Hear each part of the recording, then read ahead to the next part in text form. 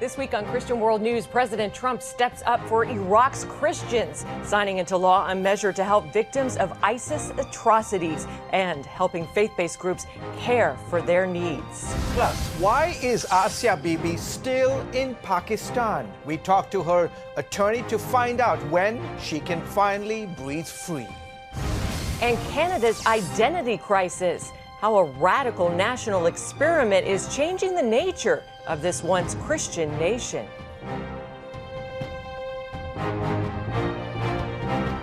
Hello, everyone. Welcome to this week's edition of Christian World News. I'm George Thomas. Good to have you back, sir. Thank you, ma'am. Appreciate it. And I'm Wendy Griffith. Well, President Trump is taking strong action to help Christians and other targets of genocide in the Middle East. The Islamic ISIS army that terrorized religious and ethnic minorities is largely defeated, but its victims remain.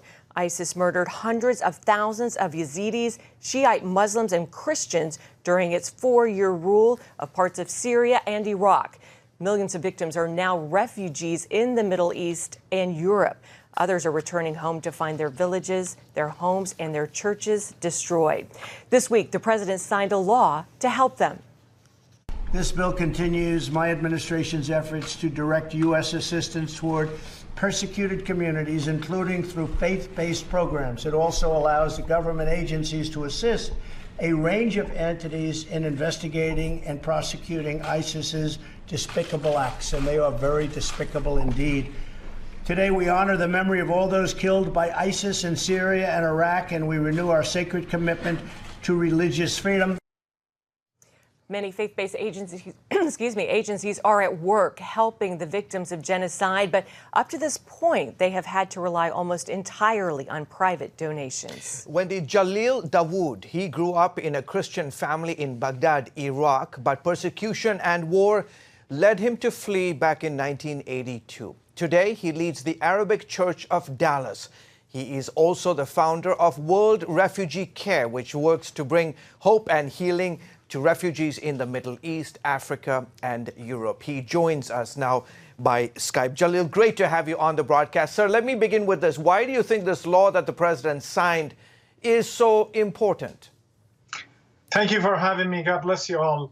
It is important because there is two equations to the formula here. One is domestic, one is the refugee who left already. So this will deal with the people who are inside. It will give them protection that they can live in peace and be able to sustain themselves while they are inside. So this will be a great step toward that. And the people outside, that's another formula that I'm praying for, that we will be able to help those who already left. There's people who are in neighboring nations, 5 to 10 years waiting, and we are praying for them as well. Jalil, tell us about the suffering of Christians and other minorities in Iraq and Syria. How are they doing? They're really struggling financially. They're struggling to start life. They are struggling with pressures, persecution. And, the bill includes the Shiite. The Shiite can go back to his nation, to his people, and which is massive and a lot of people. But the Christians, they have nowhere to go, and they need help, and they need hope, and they need people to stand with them at this time. So this is a great thing, great start. It is a $300 million toward infrastructure, basically, mainly. Yeah. But it is something that is wonderful to start with, that a president of the greatest nation on earth will stand with them, and that's a great thing. And do you see an opportunity for the church in this situation? The church here, or I'm sorry, both in the United States and also there in the Middle East. Well, that's the thing. The help need to be distributed fairly to all denominations, to all aspects, and to use this fund to help people stand and live and, survive. And we as an organization, we're trying to do that.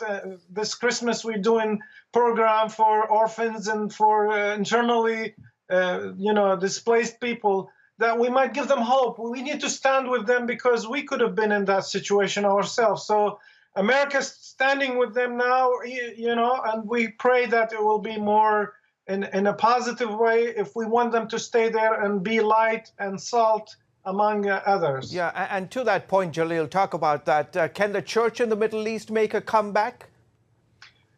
Nothing is impossible to the Lord, as this is a Christmas time, and we remember the story of Christmas and how the Lord create things that do not exist. So our prayer is we would have presence there, but the people who left, they need to be helped as well to get somewhere. So it's a two-headed monster that we need to pray about, support, and stand with, and see what the Lord how he works with the people there and stand with them. Jalil, last question. What can our viewers do to help you, folks like yourself, doing great work on the ground, and others in the region trying to help out?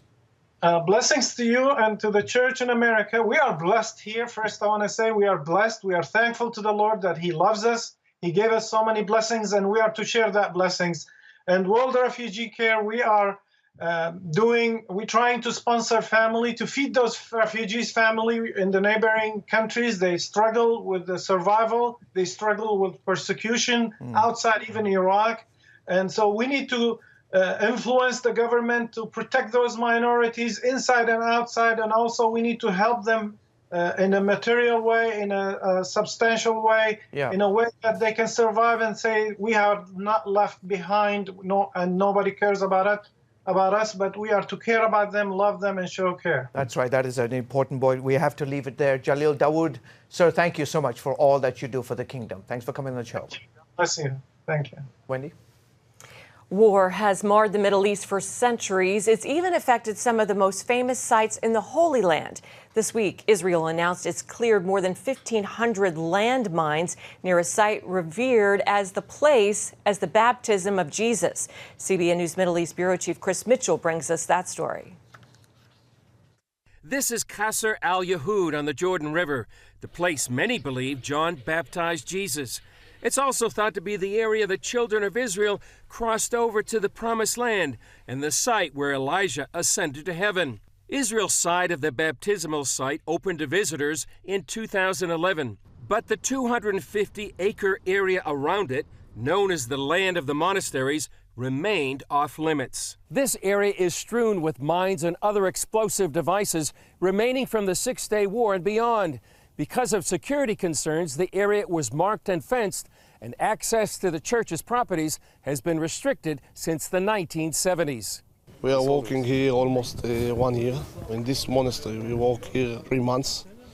It takes us time to clean the area, clean from mines, clean from motors, clean for booby traps. 7 churches have property here.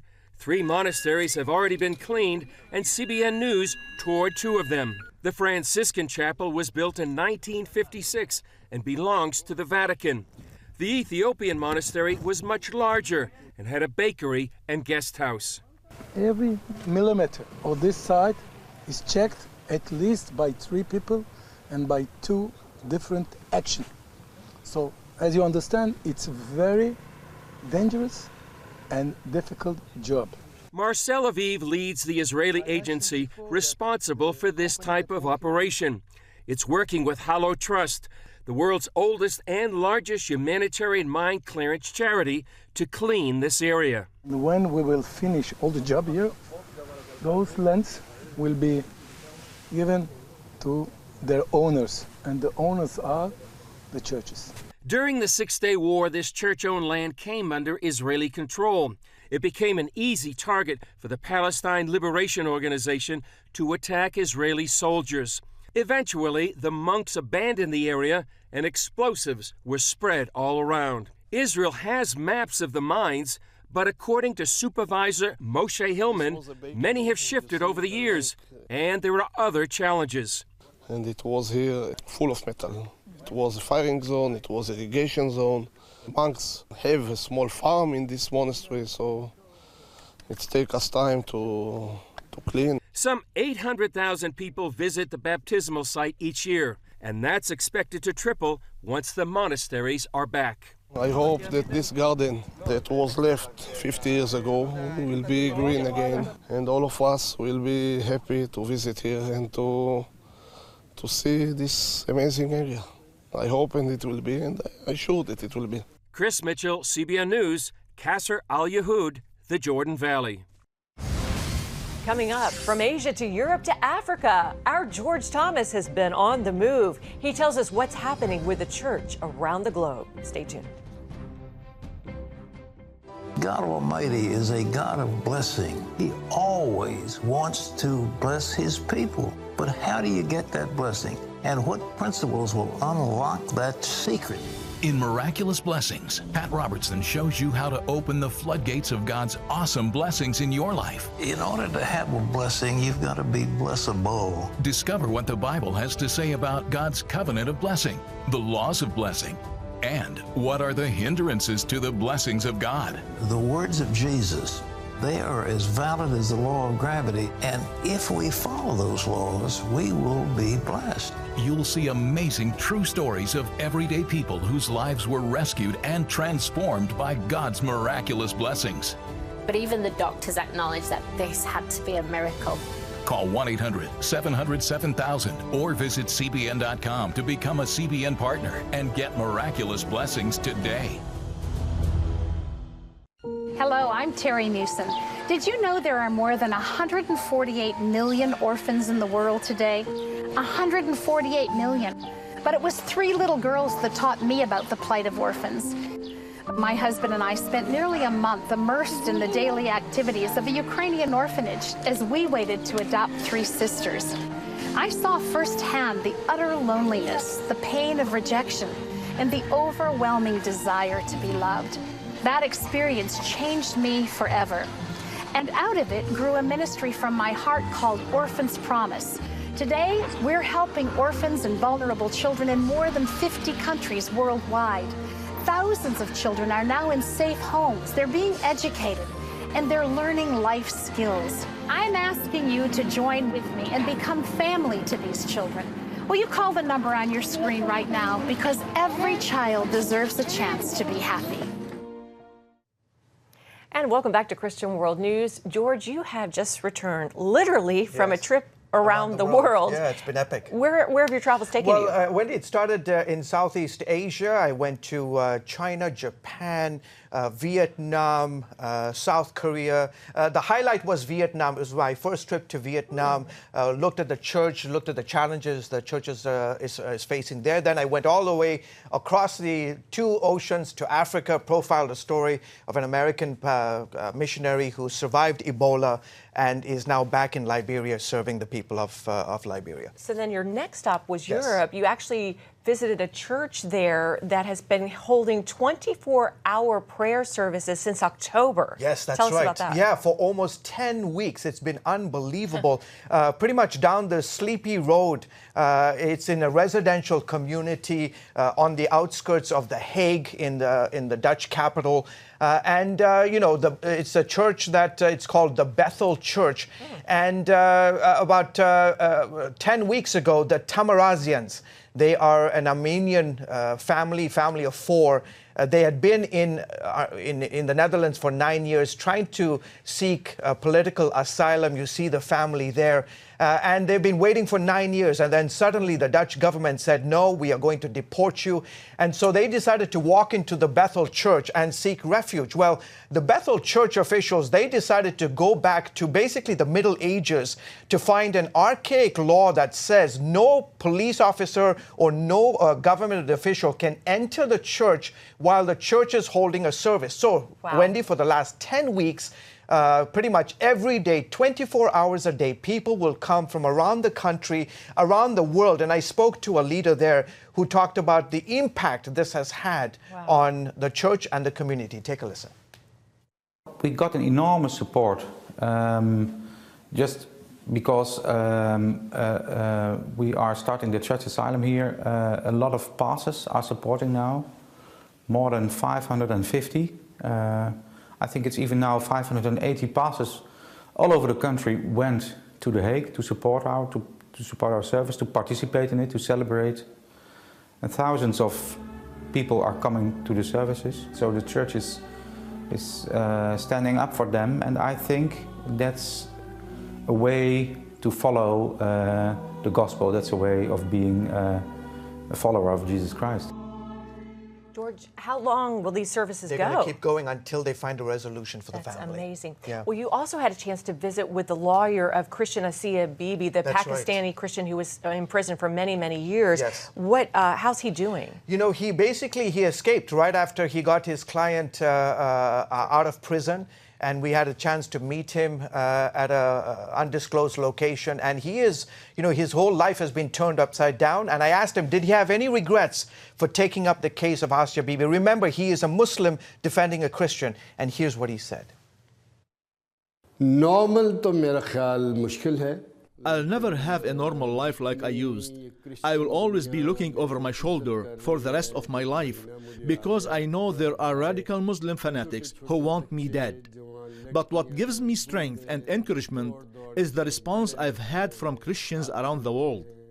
Since the day I left Pakistan, so many Christians, even small children, young people, and even the elderly, some of whom run to me and hug me and kiss my hand, and they call me their hero. This is very encouraging to me. It reminds me that taking on Asia Bibi's case was the right thing to do, despite the consequences. Amazing you were able to meet with him. Yeah, and his whole life has been turned upside down, as I mentioned. All eyes now is on Asia Bibi. When is she going to get out? My understanding is that pretty much perhaps the nation of Canada, we have a story on Canada here in a second, but perhaps the nation of Canada will give her the asylum and the protection that she needs. Oh, we hope so. Yeah. All right. Thank you so much, George. You're welcome. Fascinating journey. Thank you. Well, coming up, whoa, Canada, America's neighbor to the north, is undergoing some radical, even dangerous changes. Stay tuned. Parents, the Superbook Bible app is a great way to get your child reading the Bible because in today's busy world, we can use some help. The free Superbook Bible app has fun stuff your kids will love. They'll have a blast learning the Bible, playing great games, watching cool videos, discovering heroes in the Bible. They'll have fun while they learn God's Word. The Superbook Kids Bible app, available now. Life. It's meant to be lived fully. Jesus said it. I came to give you life. Life to the fullest. Life in your family. Life in your finances. Life in your body, mind, and spirit. Life in your everyday.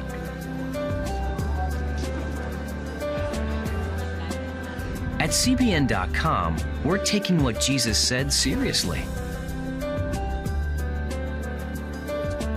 We're here to help you discover life. Life. Live it fully. CBN.com.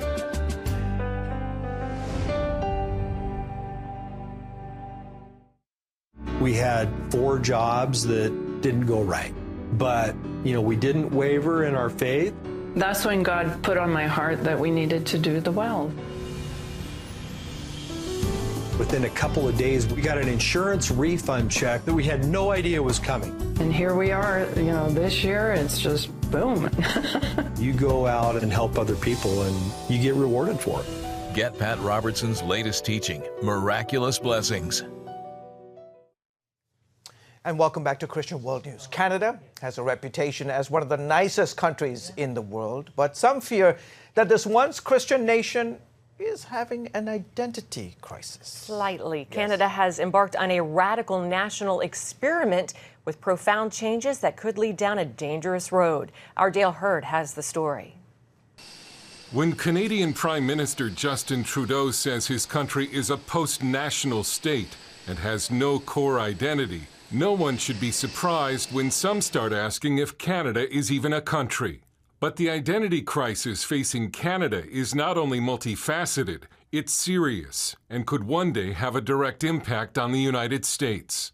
Canada is in the midst of, as one writer put it, a civilizational experiment that's transforming a Western nation into a post-Western nation. And this revolution is centered around the cult of diversity. Your Canada. Here's one version of Justin Trudeau's post-national, post-Western Canada, transformed by diversity. Oh, Canada, you stand for everybody. The question is not whether Canada should welcome immigrants. The question, according to Toronto Sun columnist and SiriusXM Canada host Anthony Furey, is whose values should win the day. In Canada right now, it's labeled bizarrely xenophobic and anti-immigrant, and they throw around terms like racism to no end. If you simply say, I'd like us all to integrate here and live together in a compatible way. Throughout their histories, both Canada and America have welcomed immigrants of all backgrounds. But Canada, rather than being a melting pot like the U.S., has said that it is a mosaic of many cultures. The problem begins when the Canadian mosaic includes more and more radical Islamists who favor undemocratic values under Sharia law. Prime Minister Trudeau welcomed almost 50,000 refugees from the Middle East in 2016 alone, and has even welcomed returning ISIS fighters, saying in an interview that they could be a powerful voice. And a lot of people, probably the silent majority, are saying, I'm unhappy with this, including new immigrants who came to Canada, whether it's a year ago or a decade or 3 decades ago, who say, no, I came to Canada for a reason, because I wanted Canadian values and I was escaping values in other countries. One immigrant who would like more Canadian values is pro-Western Muslim Tahir Gora, founder of Tag TV in Toronto, a network with a large international audience. He's also a co-author of Submission, The Danger of Political Islam to Canada, with a warning to America. I moved to this beautiful country because of its Canadian culture. People like me escaped Pakistan or Middle East or the Muslim world, came to Canada, and some went to United States with the hope that they will be left alone by those radical Islamists. But now we see those Islamists roaming around in this part of the world. Tariq Fatah is a journalist, writer, and founder of the Muslim Canadian Congress. An immigrant from Pakistan and a proud Canadian, Fatah says the Canadian left, which in his words is sinking in white guilt, now accepts and even celebrates undemocratic radical Islamic beliefs and practices. He likens it to a circus. It considers radical Islam as a phenomena that needs to be embraced because it's so curious. So we as Muslims are considered as circus animals. We need to perform in a way. And the white left liberal feminist class would sit in ringside seats and say, how lovely. Just look at that monkey jump up and down. Or that elephant stood up on his 2 feet. Honey, did you see that? Oh, it's breathtaking. Another facet of Canada's identity crisis can be seen in the growing trend of what are called land acknowledgements. We want to begin by acknowledging the traditional territory of the neutral Anishinaabe and Haudenosaunee peoples on which Wilfrid Laurier University's campuses sit. Land acknowledgements are recited daily on campuses and in schools across Canada, and they essentially declare that Canada is an occupier. We respectfully acknowledge the territory in which we gather as the ancestral homelands of the Beothuk and the island of Newfoundland, as the ancestral homelands of the Mi'kmaq and Beothuk. These continue even though a poll this year found that most Canadians do not believe Native peoples should have a special status and that the government should stop apologizing for past wrongs. The culture that is under fire here is traditional Canadian Christian culture. Ottawa resident Alexandra Belair grew up behind the Iron Curtain in communist Czechoslovakia, and she sees some disturbing parallels between life under communism and life in politically correct Canada. What do you say to someone who says, that's preposterous, I can say whatever I want in Canada? How can you compare it to the Soviet world? But you can't say anything you want. Because I was a daughter of a political dissident, teachers would take the time to berate me and say bad things about me in front of the whole classroom, because that way they were proving they weren't showing favoritism to the dissident's daughter, right? Now my friend's daughter was in school and she was being shamed for being too Christian. How's that different? How is that different? She was being shamed for feeling very patriotic Canadian. How is that different from being shamed for being a dissident's daughter? There's a saying here that the world needs more Canada.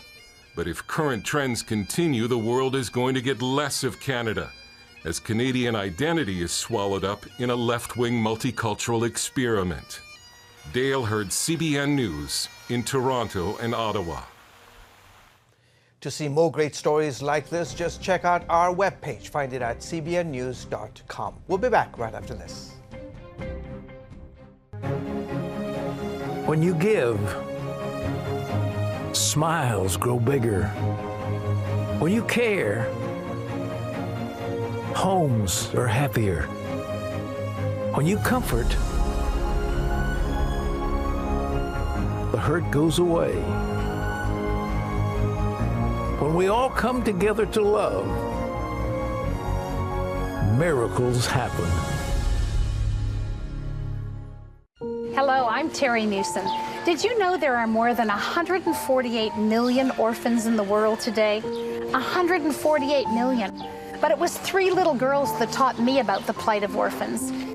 My husband and I spent nearly a month immersed in the daily activities of a Ukrainian orphanage as we waited to adopt 3 sisters. I saw firsthand the utter loneliness, the pain of rejection, and the overwhelming desire to be loved. That experience changed me forever. And out of it grew a ministry from my heart called Orphans Promise. Today, we're helping orphans and vulnerable children in more than 50 countries worldwide. Thousands of children are now in safe homes. They're being educated, and they're learning life skills. I'm asking you to join with me and become family to these children. Will you call the number on your screen right now? Because every child deserves a chance to be happy. Hello? Is this thing on? Hey, kids, do you love games? And do you love discovering things? Well, do ya? Then you're gonna love this. It's the new free Superbook Kids Bible app. You can play games, watch videos, find answers to your questions, and a whole lot more. The new Superbook Kids Bible app. Free downloads available on iTunes and Google Play now. Finally, this week, Pope Francis wants to change the wording of one verse in the Lord's Prayer. The London Daily Express reports he believes the most recent translation research on Matthew 6:13, which indicates the English version of that passage, is incorrect. It reads, "And lead us not into temptation, but deliver us from the evil one." The researchers who have studied it for 16 years say it would be better translated as, "Abandon us not when in temptation," for the first half of the verse. Arguing his point, the Pope said, a father doesn't do that. A father helps you to get up immediately. Francis said of the line in question, it's Satan who leads us into temptation. That's his department. Interesting. Good point, huh? Yeah, interesting stuff. Well, folks, that is it for this week's edition of Christian World News. Thank you so much for joining us. Until next week, from all of us here, goodbye and God bless you.